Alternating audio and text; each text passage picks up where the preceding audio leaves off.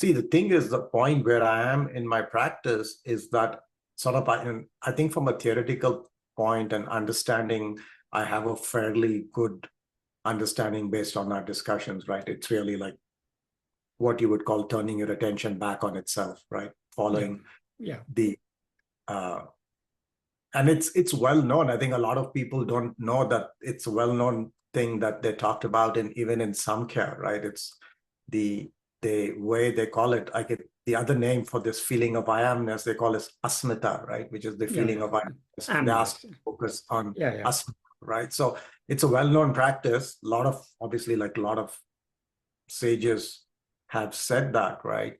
And in Gita itself, Krishna very clearly says, Atma-samstam mana kritva na kinchitape chintayat. That's a perfect description of the practice of Atma-vichara.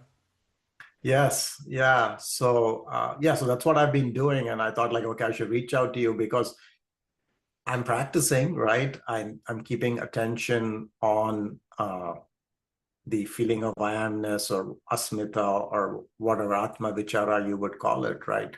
But my question is, like, right now I'm like at a stand still in the sense that I don't know what to do next. Like I can keep, so do we increase the amount of attention that you are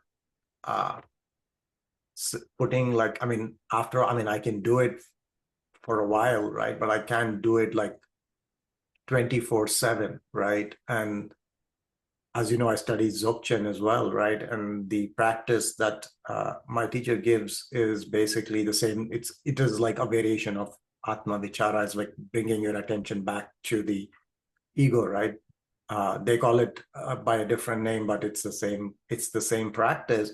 But in Dzogchen, the idea is to keep it like 24/7, even in sleep, right? And I'm not able to make any progress there, and that's what I thought I'll reach out to you and ask.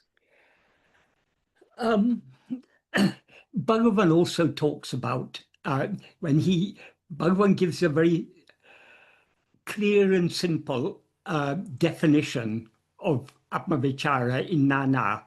He says, Sadakalamam manate atma-vil vetirupatikutan Atma-vichara mendrupaya. The name Atma-vichara is only for always keeping the mind on oneself. There he begins with the word sadakalamam, always. In another sentence in Nana, he says, Oruvan tan sarupam vadayam varayil, nirantara swarupa smaraneye kai patruvanayin adu andre podam. There he says nirantara, uninterrupted. Obviously, when we start, we are not able to hold on to this self-attentiveness, this self-remembrance uninterruptedly. But as Bhagavan also says in Nana, he says by practicing more and more, that is, he describes how whenever the mind is drawn away by any other thought, to whom does this thought appear?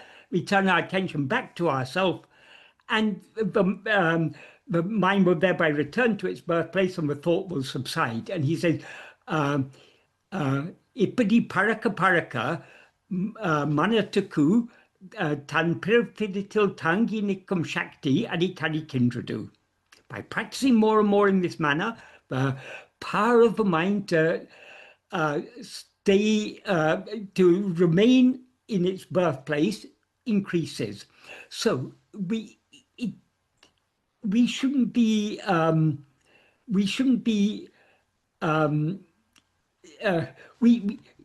is natural that at first we are not able to hold on to it.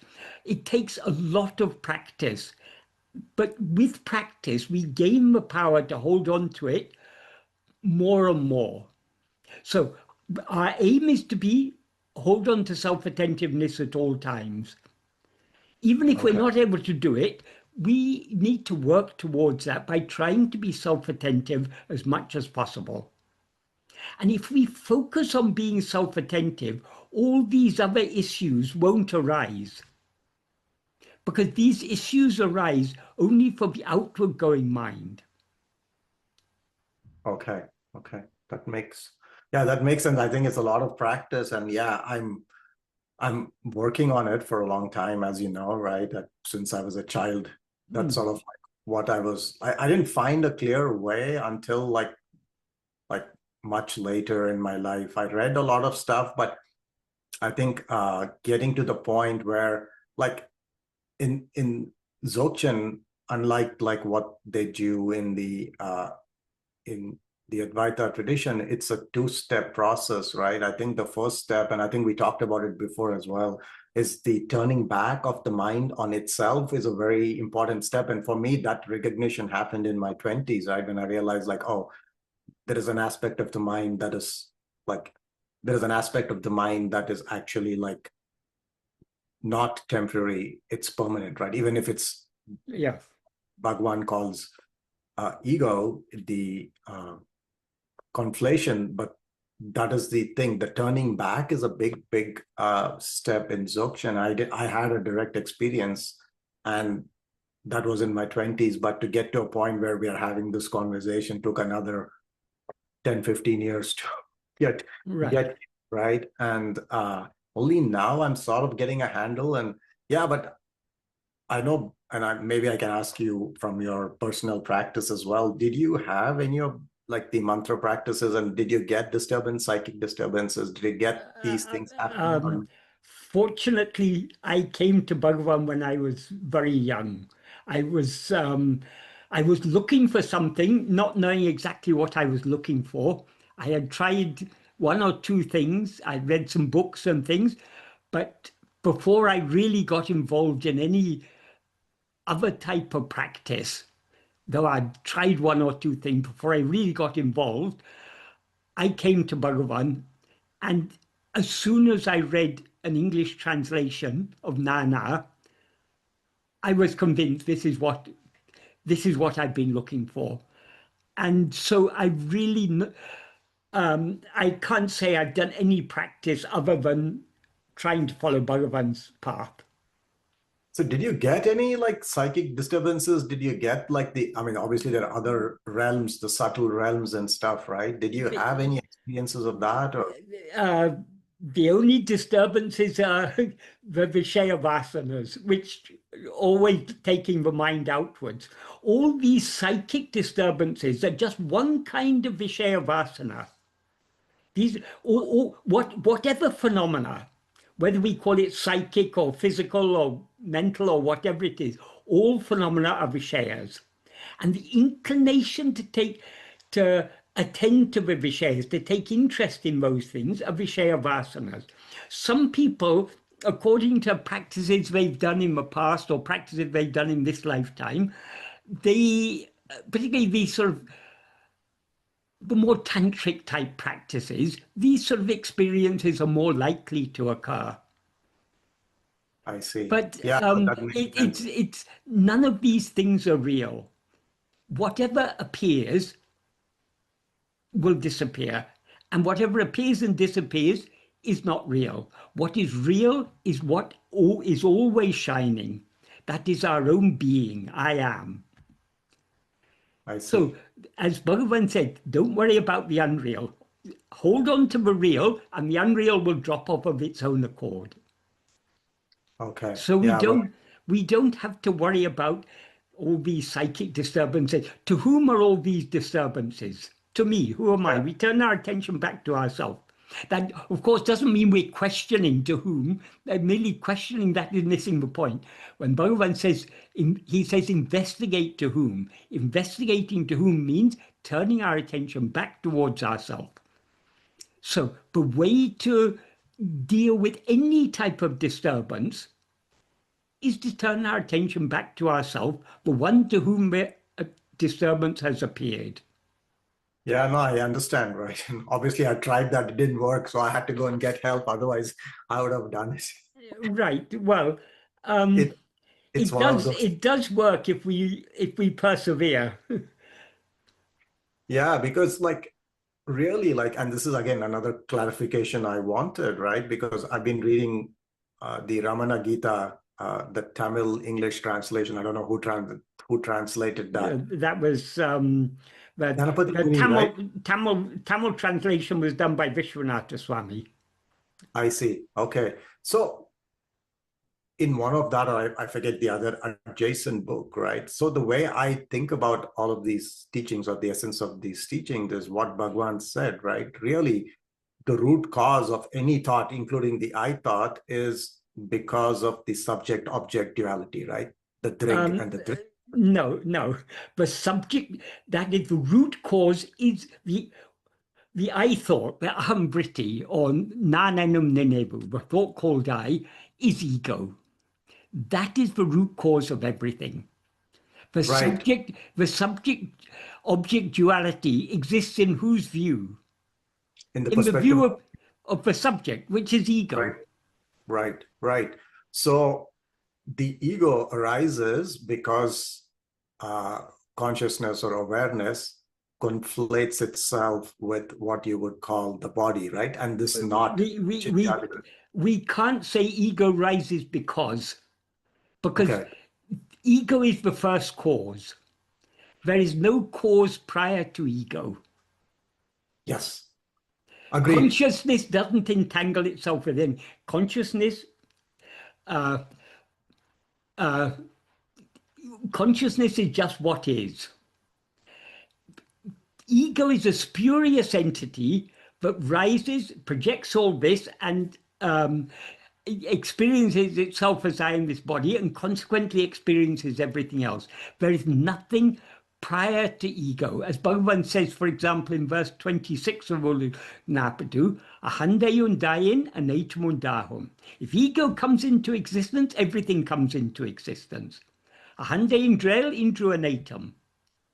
That clearly implies there's no cause for ego, because if there were a cause for ego, that statement that Bhagavan says would not be correct, because he says if ego comes into existence, everything means all phenomena.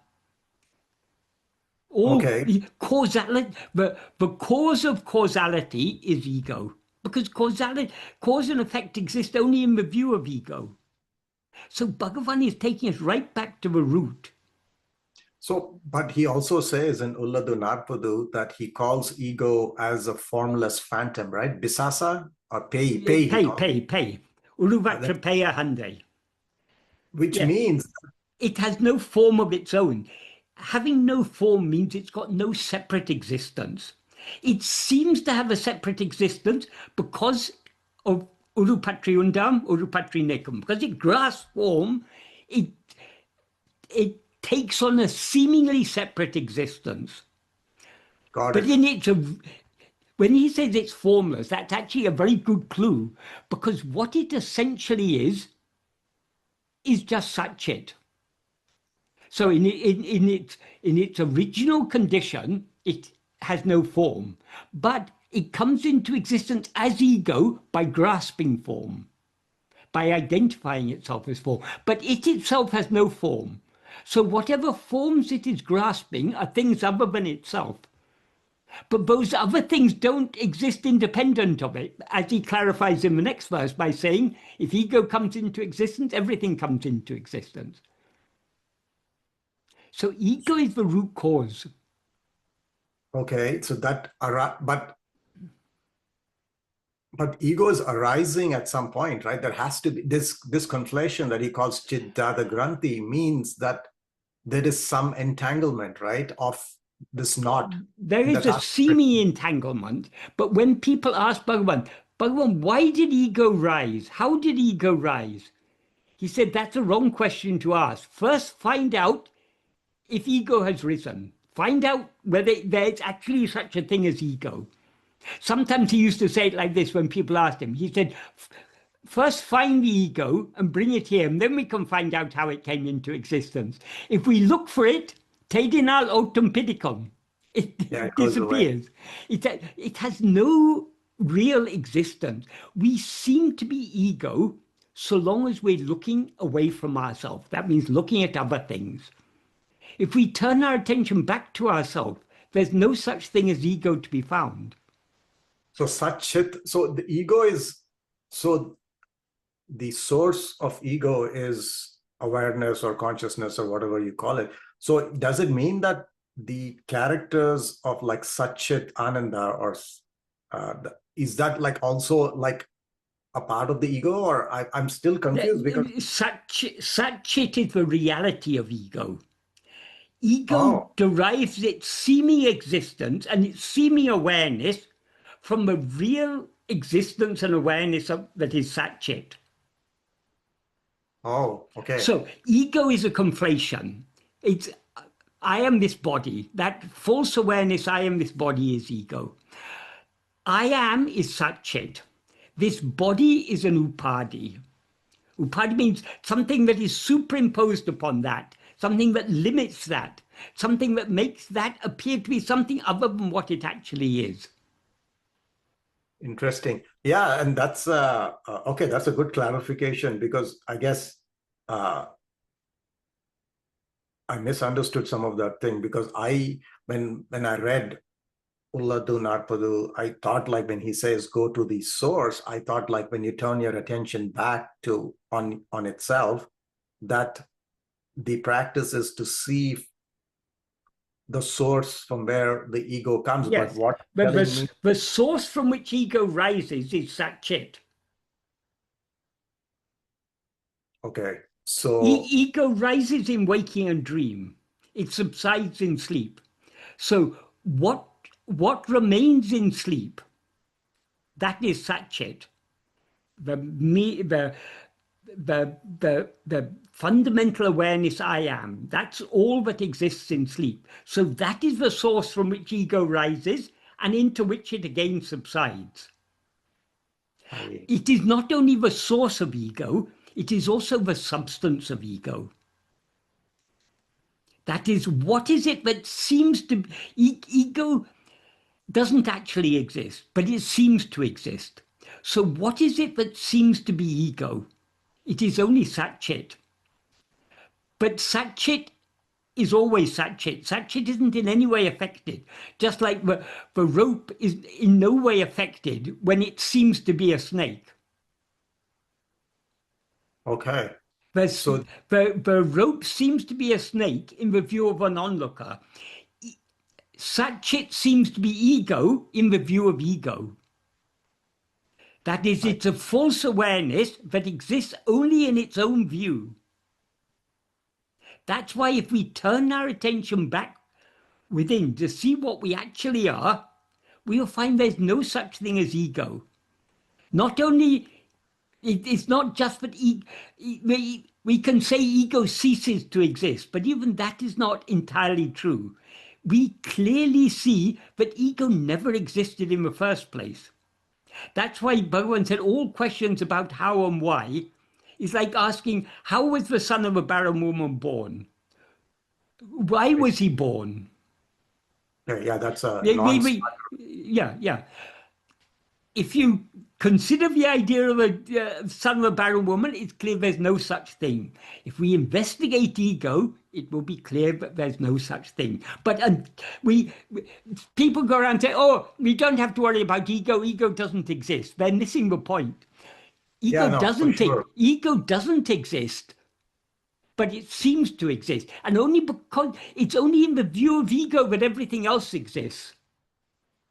So is it right in my understanding that as long as I'm identified with the body, the panchakosha, not just the body, but the body, and so as long as the identification remains with the body, mind, it means you're not enlightened, right? True enlightenment. Yeah. Because the identification means we're experiencing ourselves as something other than what we actually are. I see. Yeah, but the jnana that we are seeking is not a new knowledge to attain. Even now the jnana is there. Jnana is always shining as I am. But though we know that I am, we don't know what I am, because we mistake this jnana, I am, to be something other than it actually is. So all we have to do is to remove the false knowledge, and the real knowledge, the pure awareness I am, alone will remain. Yeah, that makes sense. And I think it's consistent with that letter. I know that there was some back and forth between us on the letter that Ganapati Muni asked, but I think that's a really important point, which I didn't grasp until I read that letter that David Godman published, because I think that's really an important point there is that I think Ganapati Muni, and I think that's where I think I have trouble, which is why I stopped like going and studying Advaita Vedanta, because I just didn't feel it made any sense, because I think Ganapati Muni specifically asks putting the mind on, like, I think he was asking putting the mind on the self, right? Will that lead to enlightenment? And Bhagavan was very clear. He said no, right? Because that is still an intellectual. No. Bhagavan, Right? Bhagavan would never say that. Yeah. Putting the And that's mind what on us, there's a lot of confusion in a lot of things. I mean, I do remember I don't know if it was in a book that was was a published at the post time by, of Bhagavan's birth centenary. I think they may have it now in, don't know whether they included it, because a lot of things, there was a book called Mani Morigal. because I think that and which is why I stopped studying Vedanta, or I stopped going and studying Vedanta, because I realized like just reading the scriptures is not the same as Atma-vichara, because like using your mind itself means that now your attention is projecting outside. Yes, but reading the scripture, the whole point of the scriptures is to turn our mind back within. The benefit of that is the scriptures that are really beneficial are those scriptures that say, see yourself, know yourself, turn within, investigate who am I. Yeah, I think in the David Godman article where he talks about that, I think Bhagavan is very clear, right? And I think he mentions also that the ultimate nature or the essential nature of the mind is sattva, right? When the mind becomes sattva, then it is no different than he calls it the aham-sphurana, right? I don't know whether that translation is correct. I know there was a back and forth between you and David, and I don't know what Sadhu Om actually said as well. So I don't know, but the idea was, from what I grasped, is it's sort of similar. So I guess if the ego subsides, all that remains is satchit, right? So it's the same thing. So I mean, you can conflate ego and mind as one if you want to, because they're all like parts of that sheet anyway, right? But that is what I realized, and that's why I stopped like reading a lot, because it makes no sense now at this point in my practice. Because yes, it's good to have clarification. We need not read a lot, but we need to read. That is, Bhagavan says in the 16th paragraph of Nana, when all the scriptures, the Advaita or Vedanta scriptures are telling that it's necessary to subdue the mind, what is the use of going on reading the scriptures without limit? In order to investigate the mind, we cannot investigate in books. Sorry, in order to investigate what we are, we can't investigate ourselves in books. We can investigate ourselves only within ourselves. So Bhagavan isn't saying we shouldn't read books at all, but we shouldn't go on and on reading without limit. Bhagavan has given us a few really useful works like Uladu Napadu Nana and Arunachastut Panchakam, these works in Bhagavan's own original writings. They give us, if we study them and think about them carefully and try to put them into practice, they give us all we need. So there's no need to go on reading innumerable other books, but clearly understanding that is the whole of Vedanta has been condensed by Bhagavan in his own original writings. Oh, for sure, 100%. I agree. If we constantly dwell upon Bhagavan's own original writings, all the guidance we need is available there. But merely, even Bhagavan's works, merely reading them is not sufficient. The whole point of what Bhagavan has written, what he's emphasizing everywhere is the need for practice. It's putting it into practice that is important. But real clarity comes from within. Yeah, no, for sure. So, No, I agree. to 100%. the extent we go deep in our manana, we'll be able to go deep in the nididhyasana. And to the extent we go deep in the nididhyasana, we'll go deeper in the manana.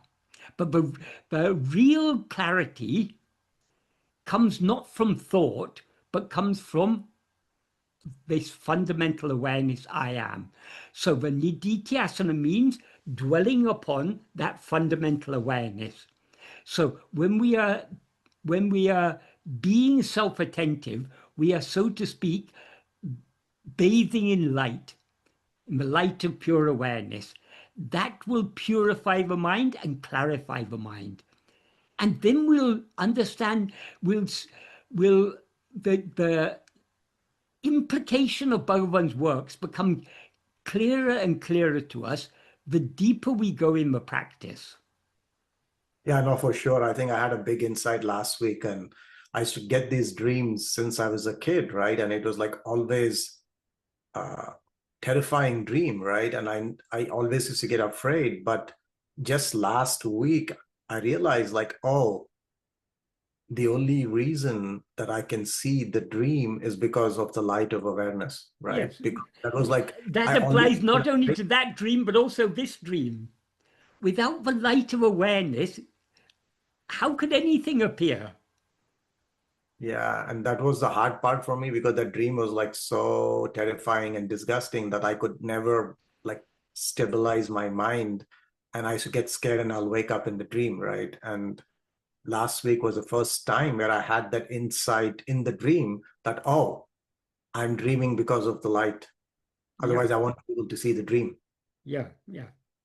So I think that was a big insight. Well, And I was like, we can't quite say because of the light. The light isn't causing the dream. The dream is caused by ego and its Vishaya vasanas.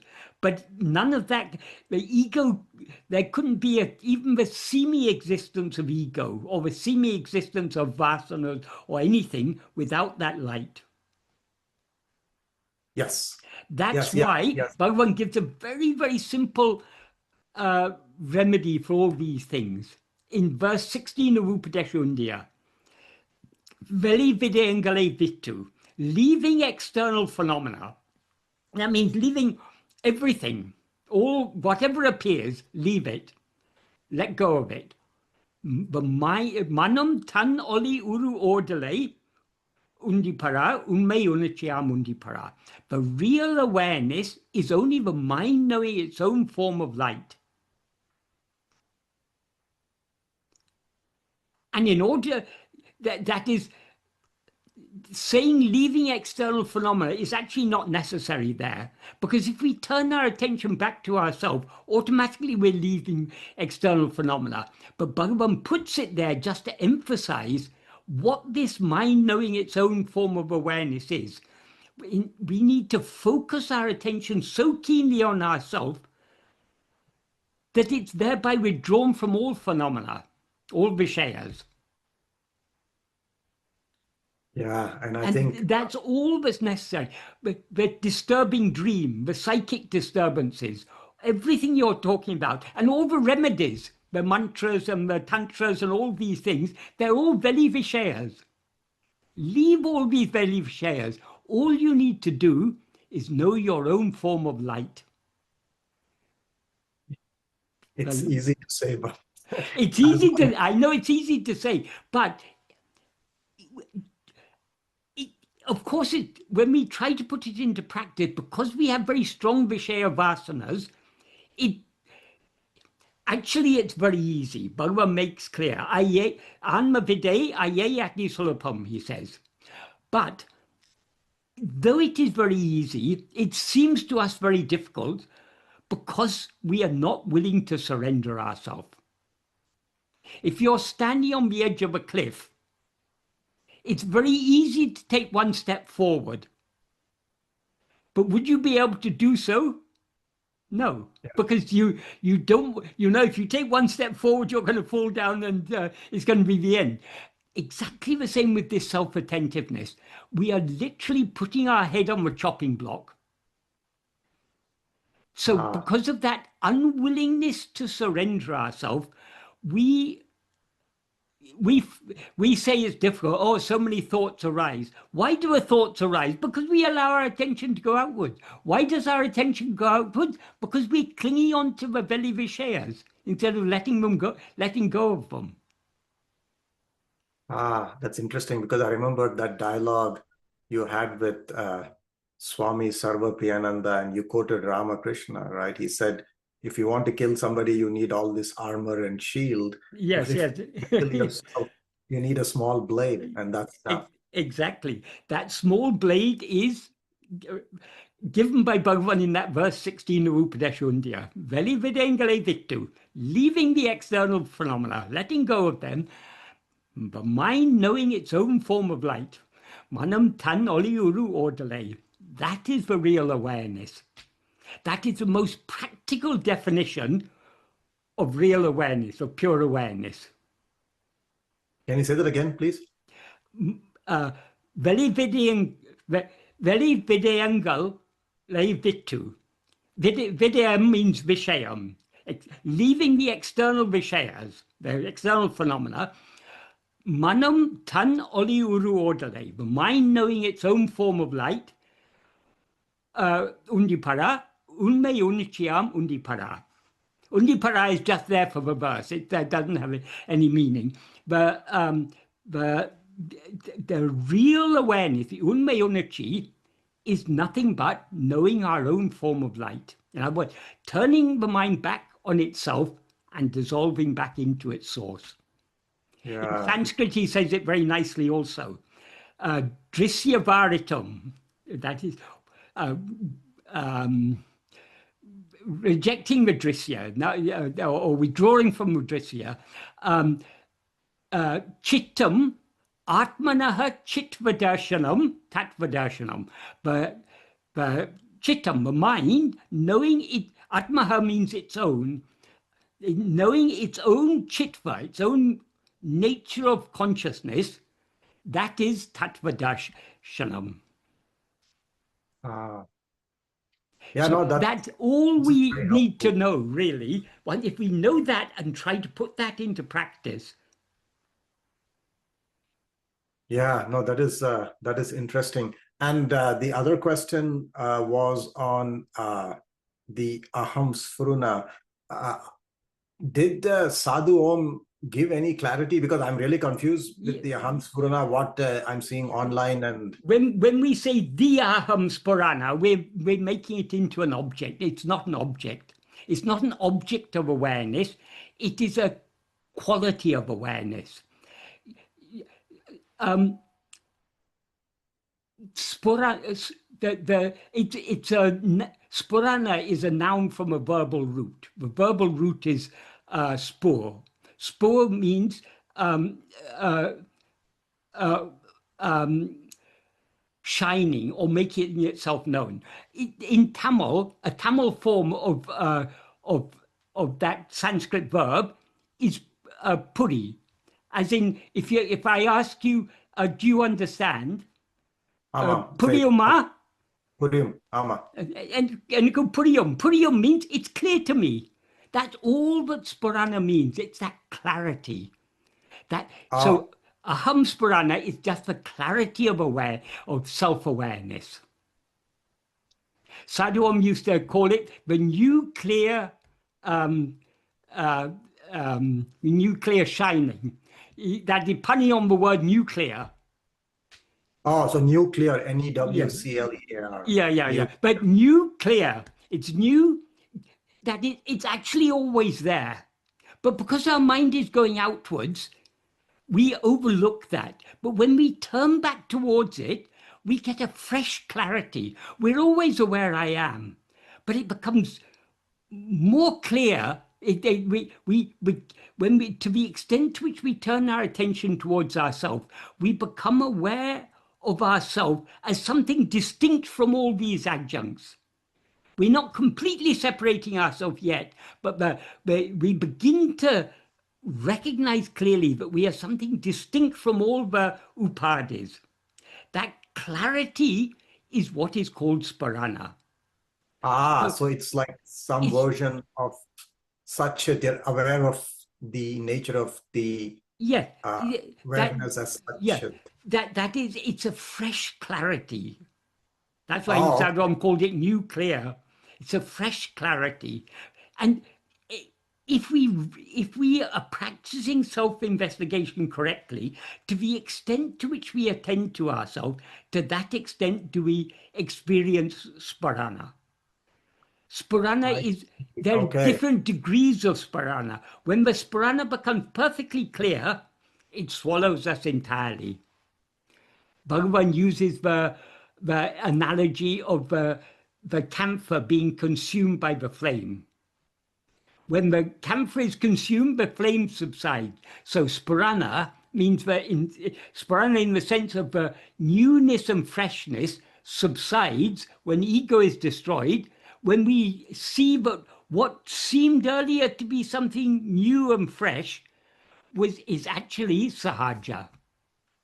Interesting. So the experience of sahaja is the newness, is the subsidence of that sphurana, the subsidence of the newness. Because it's new, we see it's eternal. There's nothing new about it. Interesting, because so it seems new during abhyasa. When ego is destroyed by the sphurana, it becomes sahaja. Not even becomes sahaja, it is found to be eternally sahaja. That sounds a lot like the description of nirvana as well. It means to extinguish or to blow out. Exactly, right? exactly. That's all there is to it. Oh, interesting. What is to be extinguished is ego. When ego is extinguished, everything is extinguished. Because everything exists in the view of ego. And what then remains, that is what is real, that is what is eternal. That is what we actually are. Yeah, the hard part is the surrendering part, which we have to give it to Bhagavan. I mean, yes, there's always resistance from the side of the ego. Yes, but when Bhagavan says, by practicing and practicing in this manner, ipadi paraka paraka, manataku tan pirapitil tangi nikam shakti adikadikindru, by practicing in this manner, the power of the mind to abide in its source increases. I was going to say something. What was it you said just before that? No, I said it. I said like. Oh yeah. That is that willingness to surrender is the power to remain in the source. So it's only that is the willingness to surrender will come only with practice. Because the more we practice, the more the Vishaya vasanas get weakened and the Sat vasana gets strengthened. That makes sense. That makes a lot of sense. And then the last question I had was on the Amrita Nadi. That was, again, another point of confusion. I don't know, like, again, there's been so many things in the internet. There's a lot of things in Ramana Gita that are not Bhagavan's pure teachings. Oh, I didn't know that. Okay. Bhagavan answers questions. In talk somewhere, Bhagavan is asked by,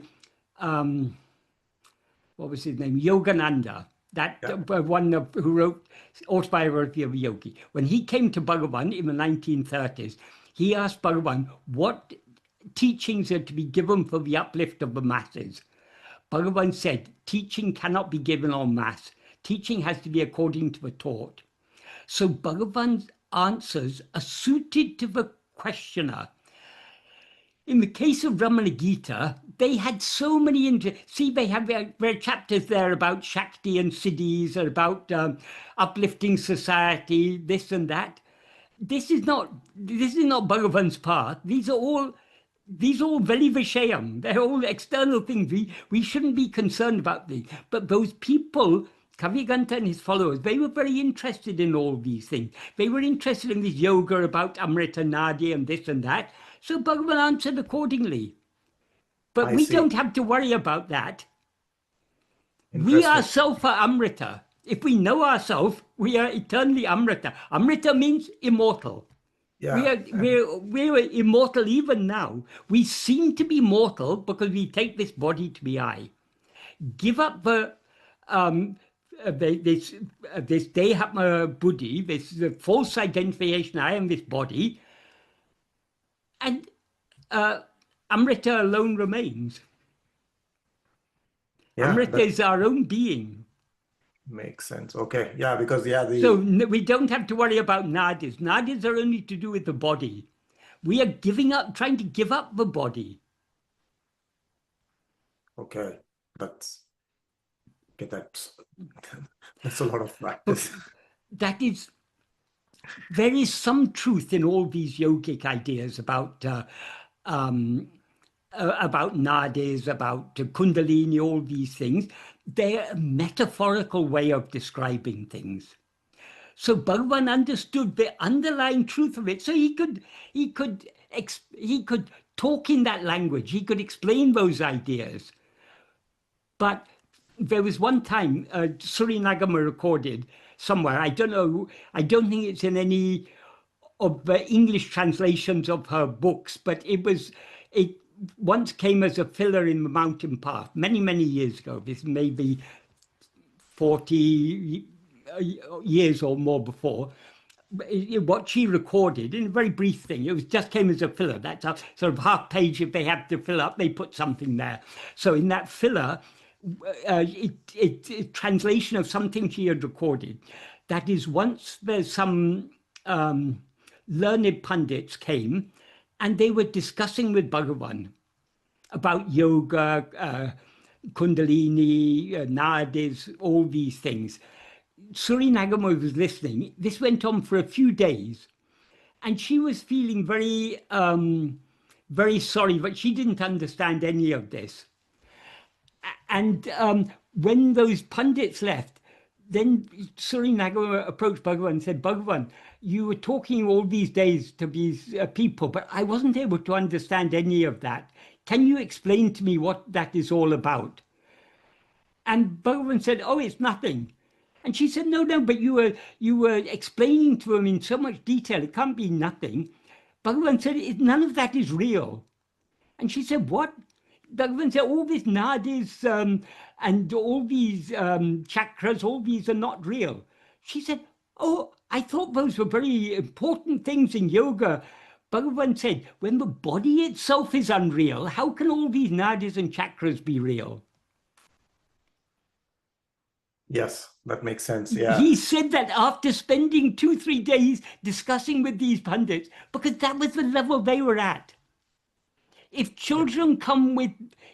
small girls come with dolls to Bhagavan, he'll play with the dolls. When he was living on the hill, the children from the town used to come up with their patas, their fireworks at Deepawali time. And because they wanted to play Bhagavan will play fireworks with them. So Bhagavan will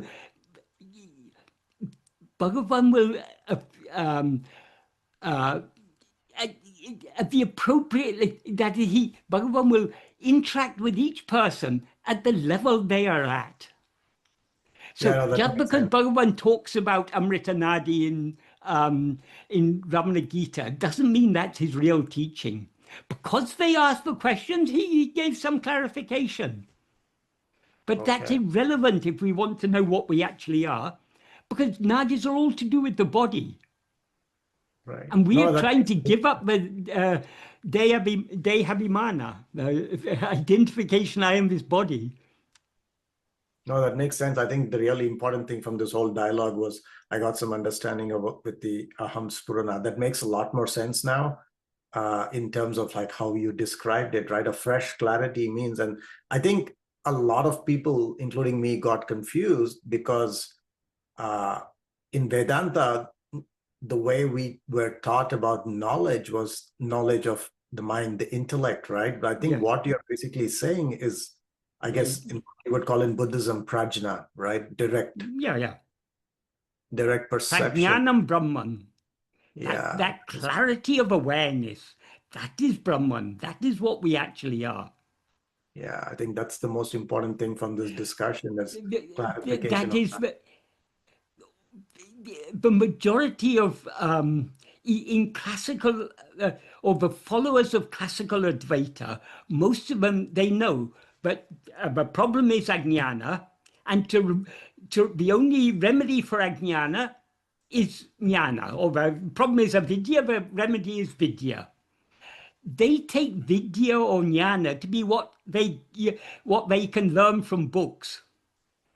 But that is not the jnana, the vidya is nothing but the clarity of awareness, a clear awareness of ourselves as we actually are. The ajnana, the avidya, Bhagavan made clear, is nothing but ego. The false Yeah, awareness, I am this body. So the Bhagavan came to make the practical implication clear. yeah, no, that is very So important. the practical implication of the entire Vedanta, all of the essence of all the Upanishads, the Brahma Sutra, the Bhagavad Gita, if Bhagavan has packed it all into his own works in a very practical and clear and simple manner. Even a dull head like All of a us. dull head like me can understand it. Then what to say of it? How simple must it be? Yeah, no, that makes a lot of sense because I think that was another big insight I had after talking to you, Michael, is if you look at the Buddhist way of describing this in terms of dependent origination, right? It's really you have birth and ignorance. And I understand after talking to you that what Buddhism they call ignorance is basically what Bhagavan says, the identification with this body, Yeah, right? That yeah, first in birth, ignorance, and then form and everything comes afterwards, right? And yeah. I realized that And Bhagavan, as far as dependent origination is concerned, that is also, we can also see that in Bhagavan's teaching. That is, everything depends upon ego, because yeah, everything exists only in the view of ego. But ego is ego only when it projects all this multiplicity. So the ego and phenomena are interdependent. But no, though that's they're exactly. interdependent, the root cause is ego. As he No, says in verse 7 of Ulutu Napadu, he uses the word arivu, but he there in that context, when he uses the word arivu, he's referring to ego. Because he says, though the world and the arivu arise and subside simultaneously, it is by arivu alone that the world shines. So the arivu that arises and subsides, that is ego. So the implication there is, though the world and ego rise and subside simultaneously, it is only by ego that the world shines. But oh, the that from which that which shines without rising or subsiding, or without appearing or disappearing, as the base, as the ground for the rising and subsiding of the mind and aware and the world, that is Poro, that is the reality. no, that makes a lot of sense now. I think it's very clear for me now in terms of like, I had some doubts, but I think you clarified most of the doubts I had. And uh, yeah, I mean, the practice, I mean, I think the last 5, 6 years that we've been talking, the practice obviously has become a lot more clear. I think I had a few doubts that you clarified. And yeah, I think this has been really helpful, I think. And then, so the other, we're almost out of time. We have an hour, right? So the last one was on the Samadhi, because a lot of times when I do these practices and the mantras, I end up in Samadhi. I know that Bhagwan said, like, not to get attached to those states, but it's a byproduct of these mantra practices, right? Do you have an opinion one way or the other about that? Or the word samadhi is used in different sense in different contexts. The samadhi that is attained by any means other than Atma-vichara is manolaya. It is what is called kevala nirvikalpa samadhi. By Atma-vichara, the samadhi that is attained is sahaja samadhi. That is manonasa. So as long as the mind is alive, it doesn't matter what states the mind goes to. Yeah. That mind itself is unreal. So what will its states be? Its states are also unreal. What is real is that from which the mind rises and into which it subsides. That is our own being. That is Satchit. I am. That's all we have to. If you hold on to that, that is samadhi. Okay. In one sense, not manolaya. It's approaching manonasa. Yeah. Okay. No, I think it's very clear now. I think a lot of this. Thank you for, and I think that's the reason, Michael. Sometimes you need to have these one-on-one conversations. It's impossible. Like I watch pretty much all your videos, I read all the books, but sometimes, and like Bhagavan said, it can be a mass teaching because everybody has different questions. I mean, most questions. Exactly. Yeah. Sometimes people ask me, why don't you just make one video explaining how to practice Atma-vichara, and then people won't have to go on asking you. But Bhagavan explained so many times, but people went on asking questions. It's so simple. That is, he gives a simple definition. Sada kalamum manate atmavil veitirabdu. Keeping the mind, always keeping the mind on oneself. That alone is Atma-vichara. There can't be a simpler definition of that, but people don't get it because they don't understand what it means to fix the mind on oneself. Fixing the mind on something, yes, that means attending to it. But what is this self I have to fix? I don't know myself. I can't find the I. All these things people say because they don't think about it carefully. Who is the I who says I can't find the I? Is the I that can't be found a different? Are there two eyes? One eye can't find the other eye? That is, we always know ourselves. Ourself is always shining so clearly. It's only by the light of ourself that all other things appear. So nothing is clearer than the light of pure awareness, I am.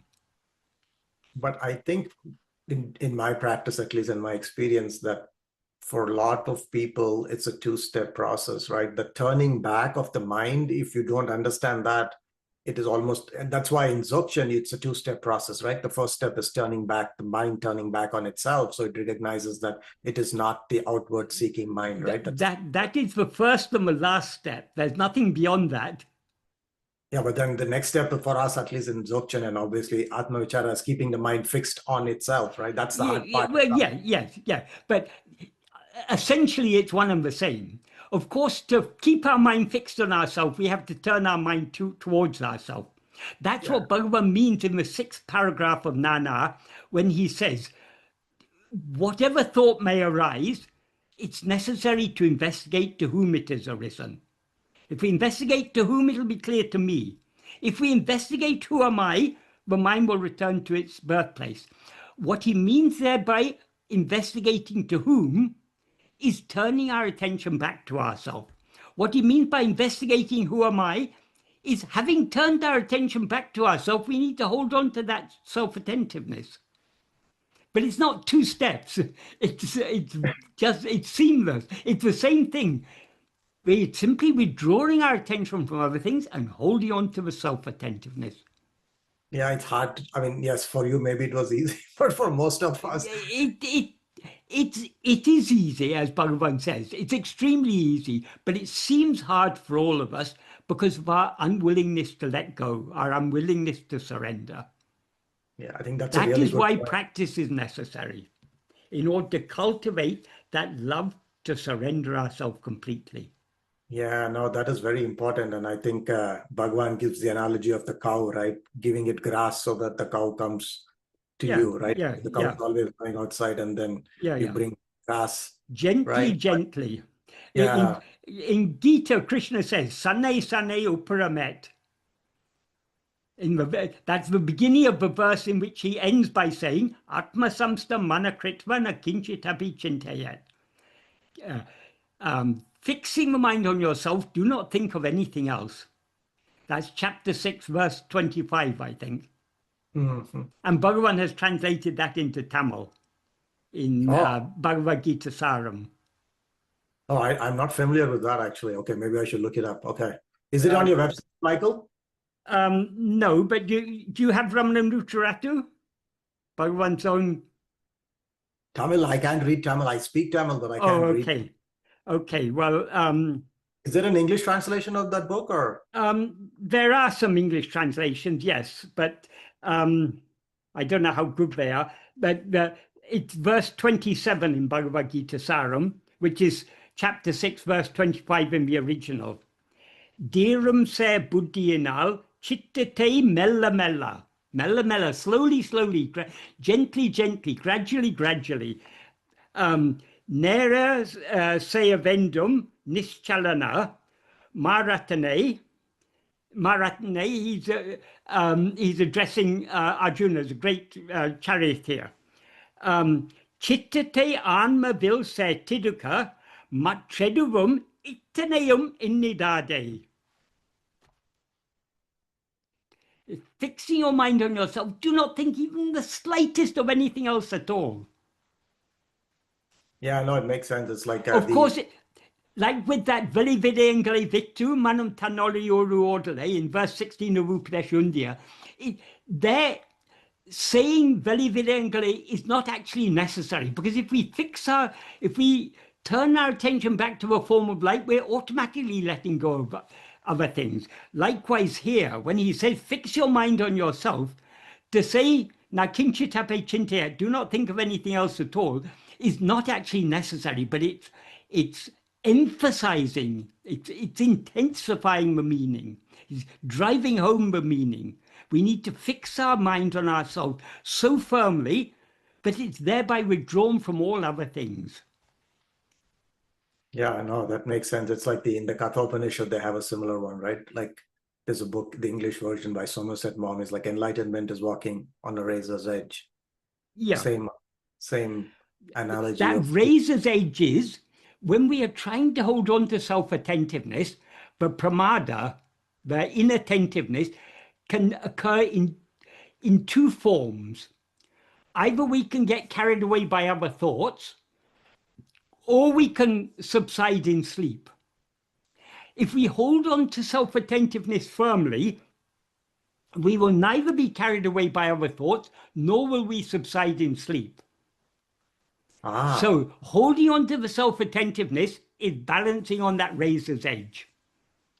oh, okay. That's a very good analogy. That's really nice. Thank you. That's okay. So this has been very, very helpful. I know we are past the hour, but I'm really happy that you took the time to sort of explain all of this. And Yeah, no, I think it's good. I mean, yeah, sometimes you just need to talk to somebody to get your practice back on track, right? So I was yeah. sort of stuck for a while and I'm like, okay, what do I do? But this has been very helpful because now after the clarification of the aham-sphurana, that makes a lot more sense because I always got confused. But I think the mistake, the way it's written, the English translation, I got confused. But now that you're Yeah, saying, because in many English books, it talks about the vibrating of I, or the yep, vibrating or the pulsating or something. It's nothing to do.